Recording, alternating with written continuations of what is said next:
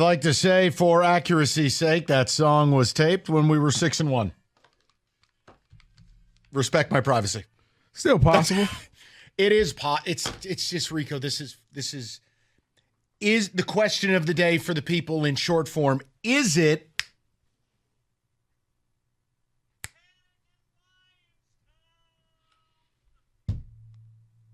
I'm leaning yes, because you're also not beating the Cowboys. So that puts you in a very interesting spot. And by interesting, I mean terrifying.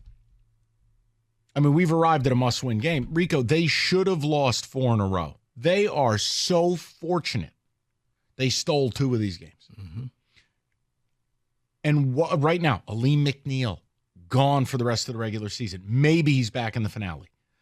Frank Ragnow, no one knows.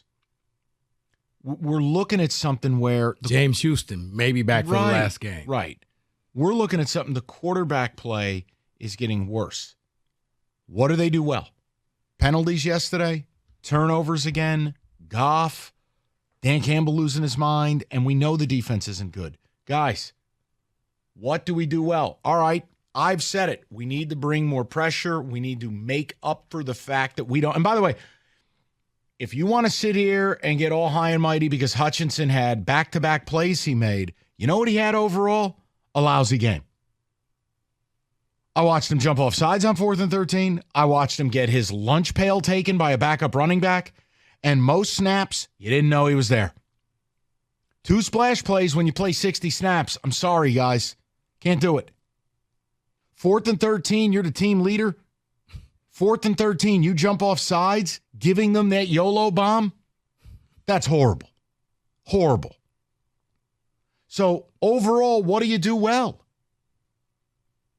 How the hell do I pick you to beat anybody moving forward? I took the Bears with the points.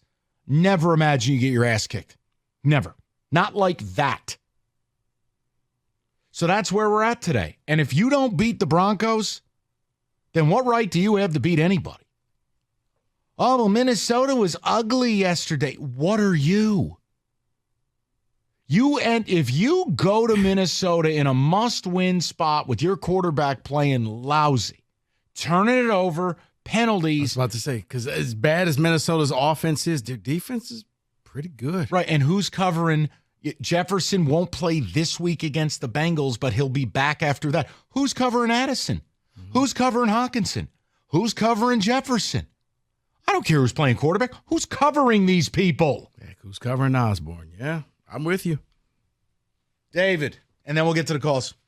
I'm hitting the panic button because the Lions need a 3-1 finish to control their own destiny. There's potential if Green Bay wins out. They finish. Detroit finished 11-6. Green Bay ends up with the tiebreaker and wins the division. That is from Chris. You know what I'm more afraid of, David? That it doesn't matter what happens. You're going to face Green Bay in the first round of the playoffs, and you're going to lose them.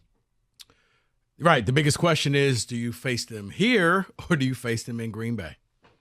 This one's just for Kenny. Between the dogs, his fries, the Lions, the wings, Larkin, Kenny's having a very bad day. Yeah, Kenny is not having an optimal 72 hours.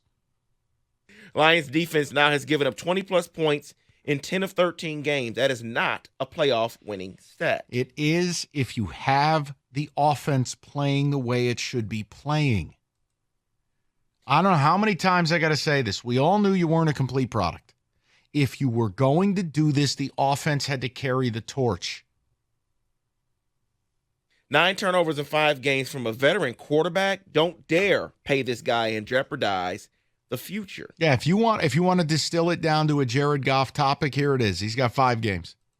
Win the division and win a playoff game, I pay you. Anything less than that, you're on your performance plan. You will play out the last year of your deal.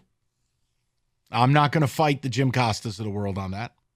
Anything short of winning this division and winning a playoff game, I'm not paying this guy. Rico cannot talk about the Lions today. That's like having a millionaire talk to a bunch of poor people. Mike even said it. He's privileged. LOL. It's not fair. That's Warren Buffett at a soup kitchen. No, not fair. This chowder's lovely today. No, because one, I told you there's a lot of games you were going to win and you're going to win easily. I could see it coming. But this is one where you got to take my word for it because I've seen it before. Guys, you're in new territory. You're hunted. You're not hunters. He was screaming at Karsh when I walked in here during the commercial break. He was yelling at Doug like freshman year at State. And he's like, effing this, and you're a marked man. It was unbelievable. He was speaking about the Lions, not that Doug was a marked man. He was saying that the Lions, No, I was saying. Watch your back. I tried to tell you. No. For years, the Lions have always been the hunters. They've always gone after those teams. No one ever took the Lions seriously. Well, guess what? When you became that 8-2 team, when people started talking about you as the number 1 overall seed, you became hunted, which means that you get Chicago's best game. You get everybody's best game, and you're not used to that. You're used to, well, why are they playing this way? Because they want to beat you. You're the game that they circle now. Where it used to be, we're playing the Lions. We could use that game to get right. We could try some new things. No. We're playing the Lions, so we got to make sure we play our best football. This is new. This is what you're experiencing. This is why all your games have been struggles lately, because you can't gamble. You can't do dumb things. You can't turn the ball over because these teams are out to get you because you're at the top right now. You're not the homecoming game anymore. No, you're not. Let's go to Dre, 97.1. Dre, what's going on, buddy? What's up, y'all? Y'all good? Oh, yeah, just stellar. Yeah, I think a lot of what, and I'm not saying you guys are selling it. I mean, the Lions are debtor to themselves, but I think what a lot of Lions fans are dealing with, whether they want to admit it or not, is we're battling that Lions PTSD. You know, even when they're winning, you know, you always, and I'm being transparent with how I feel, you're always kind of waiting for that rug to be pulled from under you. And that's in game, in season, because of what we've been dealing with. So I think a lot of any fans right now who are saying, going over the board, saying, "Oh my God, it's over 9-8, we're going to miss the playoff." It's like, calm down. I know it's hard, but calm down a little bit. Now, the team is not playing well, and I actually think there's another team that's really good, better roster, much better roster, but it's been very similar in terms of they're struggling, and I think it's mostly due to hitting the wall with fatigue. And that's the Eagles. If you really look at the Eagles' last 4 or 5 games, even the games they've won, they haven't been very impressive. They got, as you would like to say, my jail sex by the 49ers at home.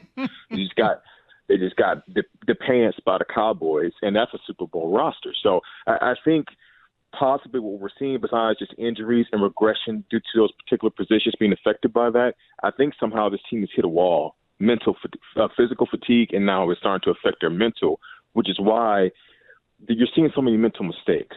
And what the Lions are right now, and this is where I think Dan's biggest challenge is going to be these next 4 games, is we can't help injuries. You know, we're not going to be able to make Graham Glasgow now.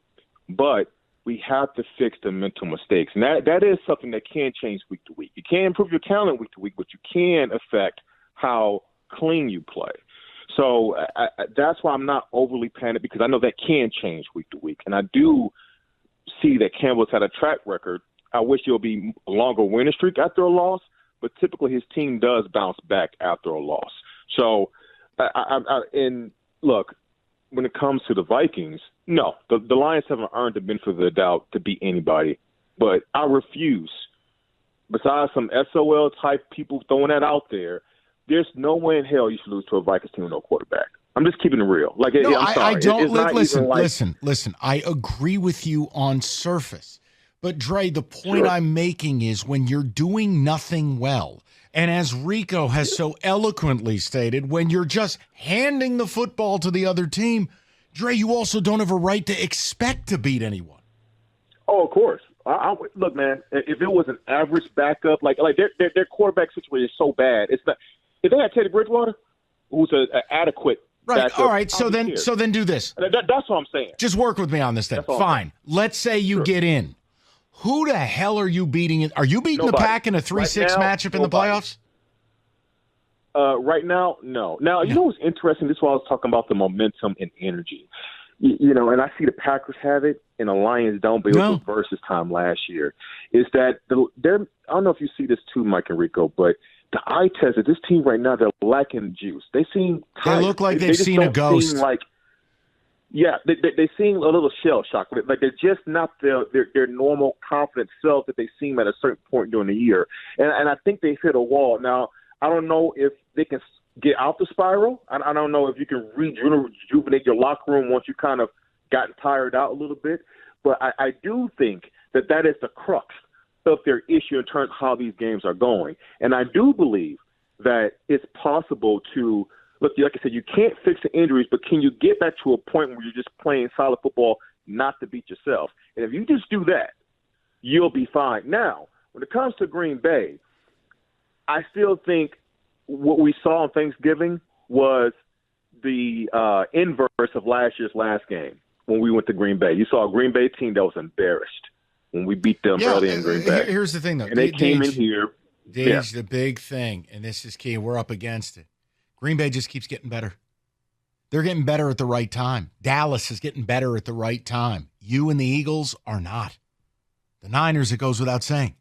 You're either playing your best ball this time of year and ramping up, or you're going to fade into oblivion. And the thing about the Eagles, they get to finish off with 4 bad teams to finish the year out.